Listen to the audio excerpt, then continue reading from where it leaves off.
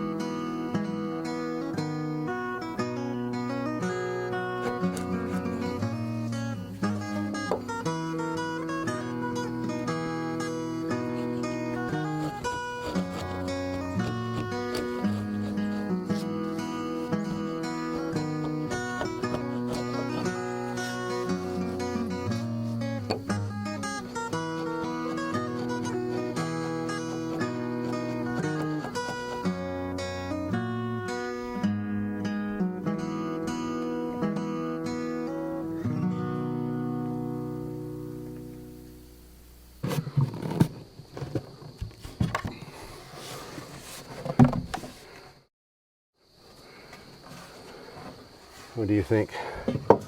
Looks pretty good. We're gonna have to tip it inward a bit. Yeah, that's plumb it up. That's pretty close. Yeah. Some shimmies, I guess.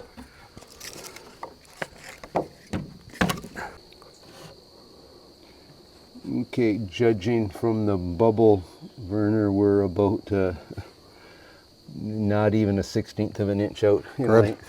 So that's good. If you want to come around, we'll get this guy nailed. Like a gazelle going right there. It feels like a white-tailed deer, for God's sakes. So this is a guy that doesn't need a whole lot of introduction. Werner has been here almost for the first log. I guess we had the gate done. Yeah, the gate was done. You were here for the last log of the palisade walls. You were here and helped with the gunsmith shop. You helped with the blockhouse. Yeah, what haven't you helped with? Oh no, but I've been enjoying every minute of it. I think if you lived closer.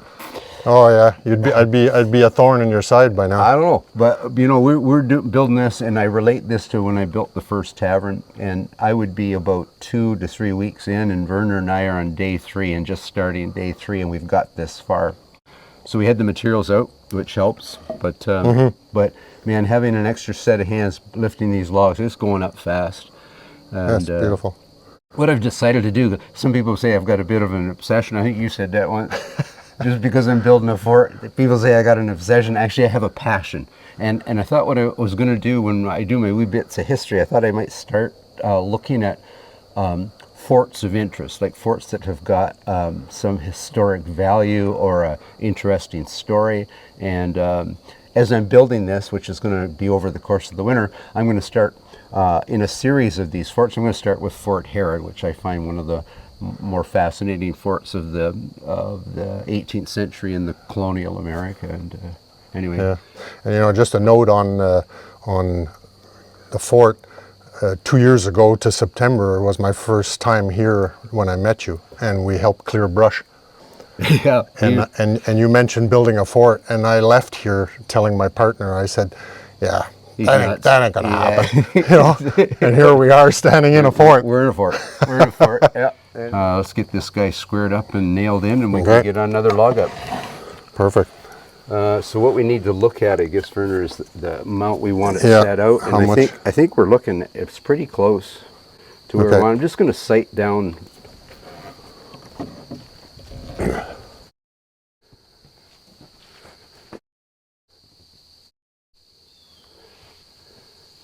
I'm thinking that's pretty darn good, right where it lays. I thought so Maybe let's give your end a tap in.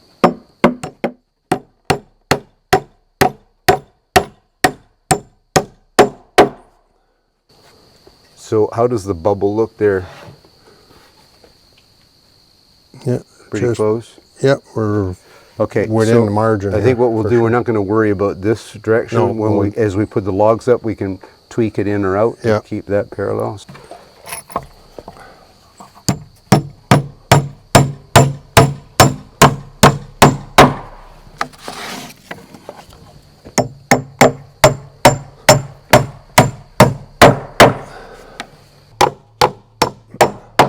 I'll give a tap on that, and then we'll square it up.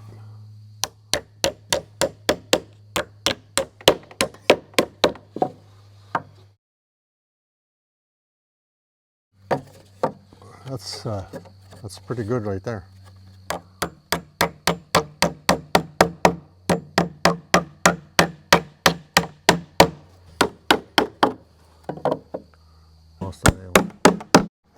Perfect.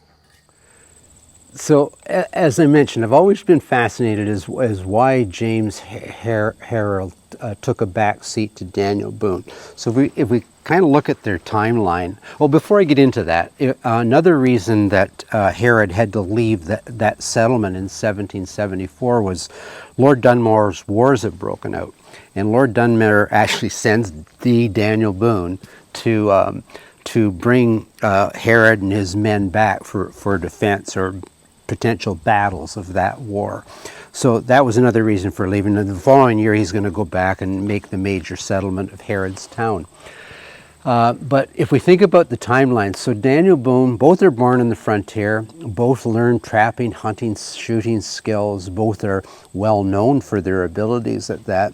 But Daniel Boone's born, I believe it's 8 years before James Harrod is born. Gives him a bit of a head start. Daniel Boone is going to be old enough to participate and fight in the French and Indian Wars. But James Harrod, he's no slouch at any of this. It's just that maybe he wasn't as flamboyant, as well versed. I mean, Daniel Boone's getting his name in the newspapers. A book is written that brings up his role in opening up Kentucky. But the bottom line is the impetus behind the state being recognized was certainly James Harrod.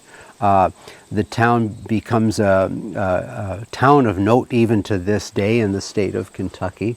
But Daniel Boone's, I guess it was his adventures, his flamboyancy, they were noteworthy. They were worthy of a great story. Whether a lot of them or all of them, or at least some of them were embellished, well, that's lost to history. But James Harrod, he's a pretty wealthy man. He at one point owns about 20,000 acres. He's doing very well for himself. And then mysteriously he goes on a hunt and just disappears. And it's like, there's like all these conspiracy theories about, well, what happened to James Harrod? So one of them is that he had an unfaithful wife. He looked at disappearing into the hinterland as maybe a way of divorce from that situation.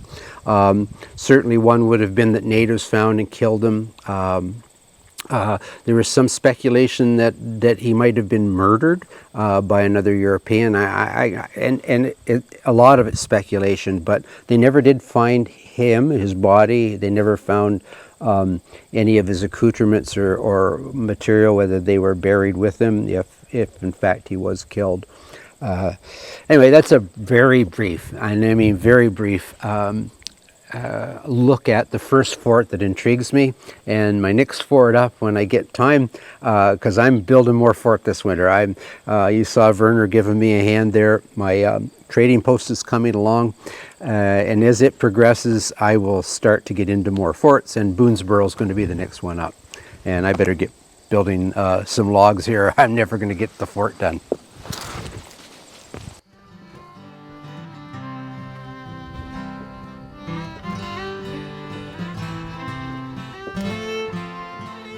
One, two, three.